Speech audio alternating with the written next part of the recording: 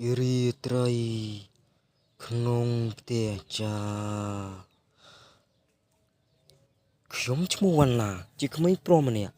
ធំឡើងនៅក្នុងខេត្តបាត់ដំបងជីវិតខ្ញុំធម្មតាណាស់ធ្វើការរៀនសូត្រហើយពេលទំនេរចូលចិត្តដើរថតរូបទីកន្លែងចាស់និងអាថ៌កំបាំងដែលគេទុកចោលថ្ងៃមួយខ្ញុំនិងមិត្តភ័ក្តិ2នាក់បានសម្រេចចិត្តទៅស្វែងរកផ្ទះចាស់មួយដែលគេនិយាយថាគ្មានអ្នកណារស់នៅជាង20ឆ្នាំហើយនៅភូមិអូដំបងឃុំអូដំបងមួយស្រុកសង្កែខេត្តបាត់ដំបងផ្ទះនោះស្ថិតនៅក្បែរព្រៃតូចមួយមានដំបូកបាក់ជញ្ជាំងបែកនិងស្មៅឡើងពេញជុំវិញពេលយើងទៅដល់វេលារសៀល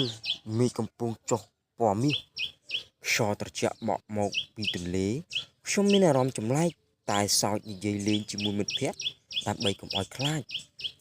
ចូលទៅមើលបន្តិចអត់អីទេមិត្តខ្ញុំនិយាយ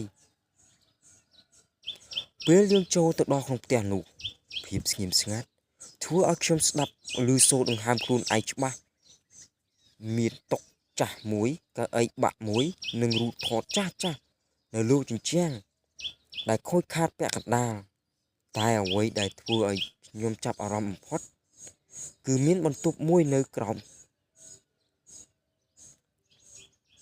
ទ្វារបិទមិនជិតហើយមានស្នាមដូចជាមនុស្សទើបដើរចេញថ្មីពេលយប់ចូលមកលឿនជាងដែលយើងគិតមិត្តខ្ញុំម្នាក់ស្នើឲ្យខ្ញុំថតវីដេអូបន្តិចមុនត្រឡប់ទៅវិញខ្ញុំកាន់កាមេរ៉ាហើយដើរទៅបន្ទប់ខាងក្រោយនោះវិញពេលខ្ញុំបើកទ្វារភ្លាមខ្យល់ត្រជាក់ខ្លាំងបក់ចូលមកដូចជាមាននរណាម្នាក់កំពុងដកដង្ហើមនៅក្នុងនោះខ្ញុំឃើញកៅអីមួយកំពុងញ័រដោយខ្លួនឯងទាំងដែលគ្មានខ្យល់បក់ខ្ញុំស្ងៀមបន្តិចហើយបន្ទាប់មកសំឡេងមនុស្សស្រីម្នាក់បាននិយាយស្រាលពីខាងក្រោយខ្នងខ្ញុំហេតុអ្វីមកទីនេះខ្ញុំងាកទៅមើលភ្លាមតែគ្មាននរណាទេមិត្តខ្ញុំនៅខាងក្រៅទ្វារស្រែកឲ្យខ្ញុំចេញទៅពេលនោះខ្ញុំចាប់ផ្ដើមមានអារម្មណ៍ដូចជាមាននរណាម្នាក់កំពុងឈរខាងក្រោយខ្ញុំជានិច្ចទោះខ្ញុំផ្លាស់ទីទៅទីណាក៏ដោយខ្ញុំរត់ក៏ដោយដើរចេញក្រៅភ្លាមហើយកាមេរ៉ាខ្ញុំធ្លាប់ថតបានសម្លេងចម្លែកដូចជាការយំនិងការសើចស្រាលនៅក្នុងផ្ទះនោះយប់នោះយើងមិនហ៊ាននៅទៀតទេត្រឡប់មកផ្ទះវិញទាំងភ័យខ្លាចប៉ុន្មានថ្ងៃក្រោយមកខ្ញុំបានសួរអ្នកភូមិចាស់នៅទីនោះទើបដឹងថាផ្ទះនោះធ្លាប់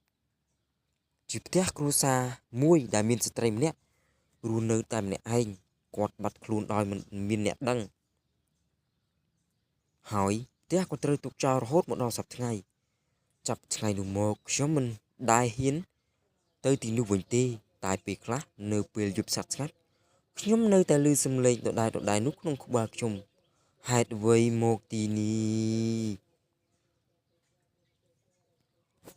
បន្ទាប់ពីថ្ងៃនោះមកខ្ញុំគិតថាអ្វីគ្រាន់តែជាការភ័យខ្លាចក្នុងចិត្តប៉ុណ្ណោះតែរឿងមិនបានបញ្ចប់នៅទីនោះទេជប់មួយប្រហែលម៉ោង11ខ្ញុំកំពុងដេកនៅក្នុងផ្ទះភូមិដដែលភ្លាមខ្ញុំសុបិនឃើញផ្ទះចាស់នោះម្ដងទៀតក្នុងសុបិនខ្ញុំឈរនៅមុខទ្វារហើយទ្វារបើកដោយខ្លួនឯងស្ត្រីម្នាក់សក់វែងស្លៀកពាក់សកំពុងឈរនៅក្នុងភាពងងឹតគាត់មិននិយាយអ្វីទេតែគ្រាន់តែមើលខ្ញុំដោយភ្នែកទទេពេលនោះខ្ញុំភ្ញាក់ឡើងភ្លាម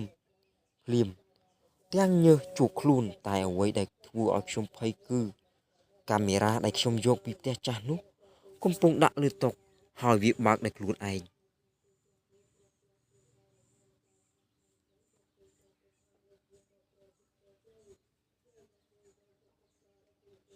ខ្ញុំមិនបានប៉ះវាទេខ្ញុំបើកវីដេអូមើលវិញក្នុងវីដេអូមានរូបខ្ញុំកំពុងរត់ពីផ្ទះតែពេលវេលាដល់វិនាទីចុងក្រោយមានរូបស្ត្រីម្នាក់ឈរនៅខាងក្រៅខ្ញុំយ៉ាងច្បាស់ ទោះក្នុងពេលនោះខ្ញុំច្បាស់ថាខ្ញុំមិនបានឃើញនរណាម្នាក់ទេបន្ទាប់មកពីនោះខ្ញុំឮសំឡេងដដែលចាប់ដើមរៀបរាប់រៀងរាល់យប់ថ្ងៃមួយខ្ញុំសម្រេចចិត្តទៅរកគ្រូអាគមម្នាក់នៅជិតវត្តក្នុងស្រុកសង្កែដើម្បីសួររឿងអំពីរឿងនេះ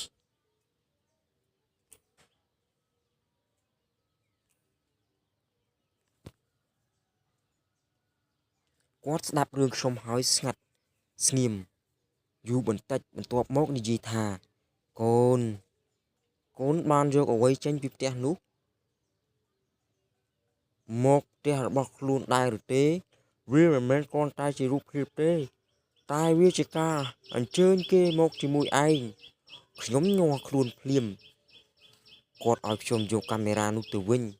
ហើយធ្វើពិធីសុំទោសនៅមុខផ្ទះចាស់នោះនៅយប់ពេញខែពេញបរមីយប់ពេញបរមីមកដល់ខ្ញុំត្រឡប់ទៅភូមិអូដំបងម្ដងទៀតខ្យល់ខ្លាំងណាស់ដូចជាមាននរណាម្នាក់ដើរជុំវិញខ្ញុំដាក់កាមេរ៉ានៅមុខផ្ទះហើយនិយាយថាខ្ញុំសូមខមាទោសខ្ញុំមិនមានចេតនាអាក្រក់ទេភ្លាមទ្វារផ្ទះចាស់នោះបើកបិទដោយខ្លួនឯងមួយដងបន្ទាប់មកស្ងាត់ខ្ញុំឃើញស្រមោលស្ត្រីម្នាក់ឈរនៅក្នុងទ្វារមើលមកខ្ញុំយូរហើយបន្ទាប់មកគាត់បាត់ទៅក្នុងភាពងងឹតចាប់ពីថ្ងៃនោះមកខ្ញុំមិនសូវឮសំឡេងនោះទៀតទេតែខ្ញុំមិនដែលភ្លេចវាទេពេលខ្លះខ្ញុំនៅតែមានអារម្មណ៍ថាពេលខ្ញុំដើរឆ្លងកាត់ទីងងឹតមាននរណាម្នាក់កំពុងដើរតាមខ្ញុំយ៉ាងស្ងៀមស្ងាត់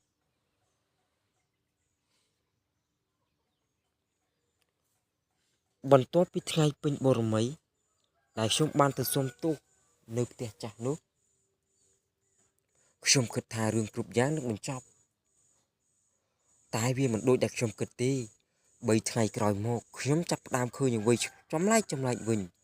នៅពេលយប់ខ្ញុំដេកមិនសូវលក់ពេលបិទភ្នែកខ្ញុំឮសំឡេងដើរនៅជិតក្រែខ្ញុំតែពេលបើកភ្នែកគ្មាននរណាទេថ្ងៃមួយខ្ញុំមើលកញ្ចក់ក្នុងបន្ទប់ទឹកខ្ញុំឃើញស្រមោលស្ត្រីសក់វែងឈរនៅពីក្រោយខ្ញុំមួយវិនាទីប៉ុណ្ណោះខ្ញុំងាកទៅមើលភ្លាមតែគ្មានអ្វីសោះ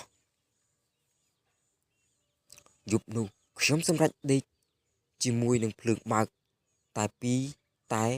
ម៉ោងប្រហែល2កណ្ដាលអាធ្រាត្រភ្លើងក្នុងផ្ទះខ្ញុំបិទដោយខ្លួនឯងភាពងងឹតគ្រប់ទីកន្លែងហើយពេលនោះខ្ញុំឮសំឡេងមួយច្បាស់នៅក្បាលខ្ញុំមិនមែនតាមត្រចៀកទេតែដូចជានិយាយក្នុងខួរក្បាលអ្នកគិតថាចាក់ចេញបានហើយឬខ្ញុំមិនអាចបំរើកម្រើកខ្លួនបានទេដូចជាមានអ្វីមួយចាប់ខ្ញុំទុកនៅលើក្រែព្រឹកបន្ទាប់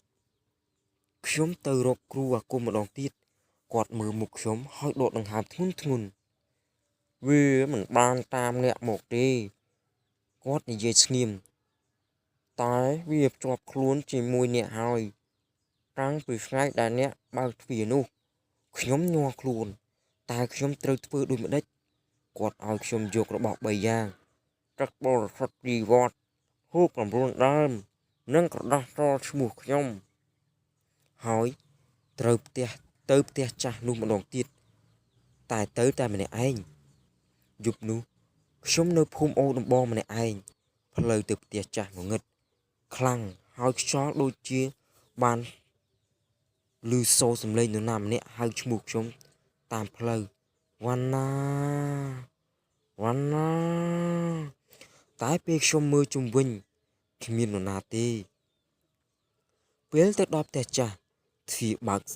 ស្រាប់ហើយខាងក្នុងងងឹតខ្លាំងជាងមុនតែពន្លឺតូចមួយដូចភ្លើងទៀននៅបន្ទប់ក្រោយខ្ញុំដើរទៅយឺតដៃញ័រយ៉ាងខ្លាំងនៅកណ្ដាលបន្ទប់មានស្ត្រីសក់វែងដែលឈរនៅទីនោះតែពេលនោះគាត់មិនងឹតទេគាត់មើលទៅដូចមនុស្សពិតគាត់និយាយស្រាលអ្នកមកវិញហើយមែនទេ ខ្ញុំដោតធូប9ដើមនិងឈ្មោះខ្ញុំនៅលើដីហើយអុជទៀនខ្យល់ក្នុងបន្ទប់ខ្លាចជាខ្លាំងឡើងដូចជាមានអ្វីមួយកំពុងខឹងភ្លាមនារីនោះចាប់ដើមយំតែសំឡេងយំមិនមែនសោកស្ដាយទេវាជាសំឡេងដូចការឈឺចាប់យូរឆ្នាំមកហើយគាត់និយាយចុងក្រោយខ្ញុំមិនចង់ភ័យខ្លាចអ្នកទេបំភ័យអ្នកទេខ្ញុំគ្រាន់តែមិនអាចចេញពីទីនេះបានហើយភ្លើងទៀនក៏រលត់ពេលខ្ញុំបើកភ្នែកវិញខ្ញុំនៅខាងក្រៅផ្ទះហើយព្រឹកស្រាលកំពុងមកដល់ផ្ទះចាស់នៅខាងក្រោយស្ងៀមស្ងាត់ដូចមិនមានអ្វីកើតឡើងទាល់តែសោះចាប់ពីថ្ងៃនោះមកខ្ញុំមិនបានឮសំឡេងនោះទៀតទេតែខ្ញុំនៅតែចងចាំពាក្យចុងក្រោយរបស់នាងហើយខ្ញុំមិនដឹងថាវាបានចេញរួចហើយឬក៏គ្រាន់តែរងចាំថ្ងៃណាមួយដែលត្រឡប់មកវិញបន្ទាប់ពីថ្ងៃនោះខ្ញុំគិតថារឿងនឹងបញ្ចប់ពិតហើយផ្ទះចាស់នៅភូមិអូដំបងក៏ស្ងាត់ដូចជាគ្មានអ្វីកើតឡើងទៀតតែខ្ញុំគិតខុសមួយសប្តាហ៍ក្រោយមកគ្រូអាគមដែលធ្លាប់ជួយខ្ញុំបានហៅខ្ញុំទៅជួបយប់មួយគាត់និយាយស្ងៀមរឿងមិនទាន់ចប់ទេអ្វីអាអ្នកបានឃើញមិនមែនមានកាយវិញ្ញាណម្នាក់ឡើយខ្ញុំស្រឡាំងកាំងមានន័យថាម៉េចគាត់មើលខ្ញុំយូរហើយនិយាយបន្តផ្ទះនោះធ្លាប់ជាកន្លែងធ្វើពិធីខ្មៅមិនមែនគ្រាន់តែផ្ទះរស់នៅទេអ្នកស្រីដែរឃើញគាត់មិនមែនជាអ្នកខុសគេគាត់ជាអ្នកការពារខ្ញុំភ័យខ្លាំងការពារគាត់ងក់ក្បាលមានអ្វីមួយផ្សេងទៀតនៅទីនោះដែលបានដាស់ឡើងយប់នោះខ្ញុំមិនអាចគេងបានទេខ្យល់នៅខាងក្រៅផ្ទះខ្ញុំឮខ្លាំងដូចជាមានមនុស្សដើរជុំវិញផ្ទះម៉ោងប្រហែល1រំលងអធ្រាត្រខ្ញុំឮសំឡេងគោះទ្វារតុកតុកខ្ញុំដើរទៅមើលតែគ្មាននរណាទេតែពេលងាកក្រោយកញ្ចក់នៅបន្ទប់ខ្ញុំមានស្រមោលមនុស្ស3នាក់ឈរនៅពីក្រោយខ្ញុំព្រឹកបន្ទាប់ខ្ញុំរត់ទៅផ្ទះចាស់ម្ដងទៀតដោយមិនប្រាប់នរណាទេពេលទៅដល់ផ្ទះនោះមិនដូចមុនទេទ្វារបើកចំហទាំងស្រុងជញ្ជាំងមានស្នាមអក្សរចម្លែកហើយមានដីខ្មៅដូចឆេះនៅកណ្ដាលផ្ទះភ្លាមខ្ញុំឮសំឡេងស្ត្រីដដែលអ្នកមិនគួរត្រឡប់មកទីនេះទេតែពេលនេះមានសំឡេងមួយទៀតចូលមកសំឡេងបុរសជ្រៅឡើងខ្លាំងទីនេះគឺជារបស់ខ្ញុំខ្យល់ក៏បក់មកភ្លាមខ្លាចជាត្រជាក់ខ្លាំងខ្ញុំឃើញវាស្រមោលខ្មៅធំមួយមិនមែនជាមនុស្សទេមិនមែនជាស្ត្រីនោះទេតែជាអ្វីមួយដូចអំណាចងឹតកំពុងលេបចេញពីដីលេចចេញឡើងពីដីម្ដងបន្តិចស្ត្រីសក់វែងនោះក៏លេចមកវិញហើយឈរបាំងមុខខ្ញុំគាត់និយាយលឿនរត់ចេញវាមិនមែនចង់បានអ្នកទេវាចង់បានទីនេះខ្ញុំរត់ចេញពីផ្ទះពេញកម្លាំងខាងក្រោយឮសំឡេងដូចផ្ទះកំពុងរលំនិងស្រែកខ្លាំងរួមគ្នាពេលខ្ញុំងាកមើលចុងក្រោយផ្ទះចាស់នោះកំពុងបិទខ្លួនឯងដូចជាវាបានលេបអ្វីមួយវិញនៅក្នុងភាពងងឹតចាប់ពីថ្ងៃនោះមកផ្ទះនៅក្នុងភូមិអូដំបងនោះគេនិយាយថាមិនមានទៀតទេវាបាត់ទៅហើយដូចជាមិនធ្លាប់មានតែខ្ញុំនៅតែចងចាំពាក្យចុងក្រោយរបស់ស្ត្រីនោះវាមិនចង់បានអ្នកទេវាចង់បានទីនេះហើយខ្ញុំដឹងថារឿងពិតមិនមែនជាការចងចាំតែវាគ្រាន់តែជាការផ្លាស់ប្ដូរទីកន្លែងផ្សេងប៉ុណ្ណោះបន្ទាប់ពីផ្ទះចាស់នោះបាត់ខ្លួនខ្ញុំគិតថារឿងទាំងអស់បានបញ្ចប់ហើយខ្ញុំព្យាយាមរស់ជីវិតធម្មតាមិននិយាយពីវាទៀតតែរឿងមួយខ្ញុំមិនហ៊ានប្រាប់នរណាទេ3ខែក្រោយមកខ្ញុំចាប់ដើមសុបិន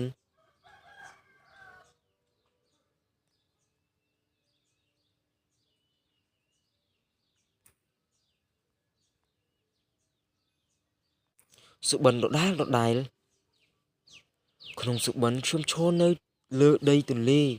ទទេកន្លែងមួយហើយមានសម្លេងស្ត្រីនោះនិយាយស្រាលផ្ទះមិនបានបាត់ទេ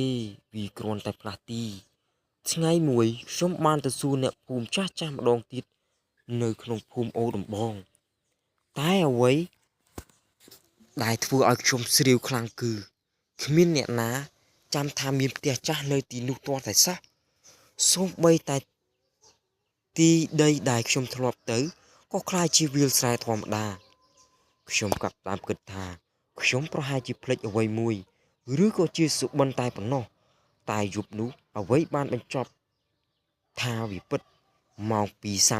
2:33 អាត្រៀតខ្ញុំភ្ញាក់ឡើងដោយសំឡេងដើរនៅក្នុងបន្ទប់ខ្ញុំដូចជាស្បែកជើងសើមដើរលើឈើខ្ញុំបើកភ្នែកហើយឃើញទ្វារបន្ទប់ខ្ញុំបើកចំហដោយខ្លួនឯងសំឡេងស្ត្រីនោះនិយាយច្បាស់ជាងមុនអ្នកគិតថាវាចប់ហើយឬខ្ញុំមិនអាចកម្រើកខ្លួនបានទេខ្ញុំពីក្នុងភាពងងឹតមានដៃស្ដើងមួយលូកចេញមកពីជញ្ជាំងដូចជាចង់ទាញខ្ញុំចូលទៅភ្លាមខ្ញុំឮសំឡេងគ្រូអាគមចាស់នោះក្នុងក្បាលខ្ញុំកុំមើលវាកុំឆ្លើយវាតែវាយឺតពេលហើយស្រមោលខ្មៅធំមួយដែលខ្ញុំធ្លាប់ឃើញនៅក្នុងផ្ទះចាស់កំពុងឈរនៅជើងក្រែខ្ញុំហើយស្ត្រីនោះឈរនៅពីក្រោយវាដោយភ្នែកទទេនាងនិយាយចុងក្រោយឥឡូវអ្នកដឹងហើយថាអ្នកមិនបានចេញពីទីនេះទេព្រឹកបន្ទាប់គ្មានអ្នកណាឃើញខ្ញុំនៅផ្ទះទៀតទេមានតែសិភៅកំណត់ហេតុមួយក្បាលនៅលើគ្រែសរសេរដោយដៃខ្ញុំចុងក្រោយថាផ្ទះមិនមែនជាទីកន្លែងកំសាន្តទេវាជាអ្វីមួយដែលមកជាមួយខ្ញុំវិញហើយនៅភូមិអូដំបងគេនិយាយថាពេលយប់ស្ងាត់មានបរិសម្នាក់ដើរលើផ្លូវដីក្រហមជាមួយសំឡេងកាមេរ៉ាថតវីដេអូលេងតែគាត់មិនមែនដែលងាកមកមើលនរណាម្នាក់ឡើយបន្ទាប់ពីយប់ដែលខ្ញុំបាត់ខ្លួនគ្មាននរណាដឹងថា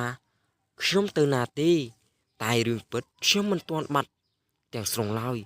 ខ្ញុំភ្ញាក់ឡើងនៅក្នុងភាពងងឹតមួយដូចជាបន្ទប់ក្រោមដីខ្យល់សើមនិងមានក្លិនដីចាស់នៅជុំវិញខ្ញុំមានជញ្ជាំងដូចជាផ្ទះចាស់នោះប៉ុន្តែខូចខាតនិងបែកបាក់ខ្លាំងជាងមុនហើយនៅកណ្ដាលបន្ទប់មាននារីសក់វែងដែលខ្ញុំធ្លាប់ឃើញនៅឈរនៅទីនោះនាងមើលមកខ្ញុំហើយនិយាយស្ងៀមឥឡូវអ្នកនៅទីនេះហើយខ្ញុំសួរនាងដោយសំឡេងញ័រទីនេះជាកន្លែងអ្វី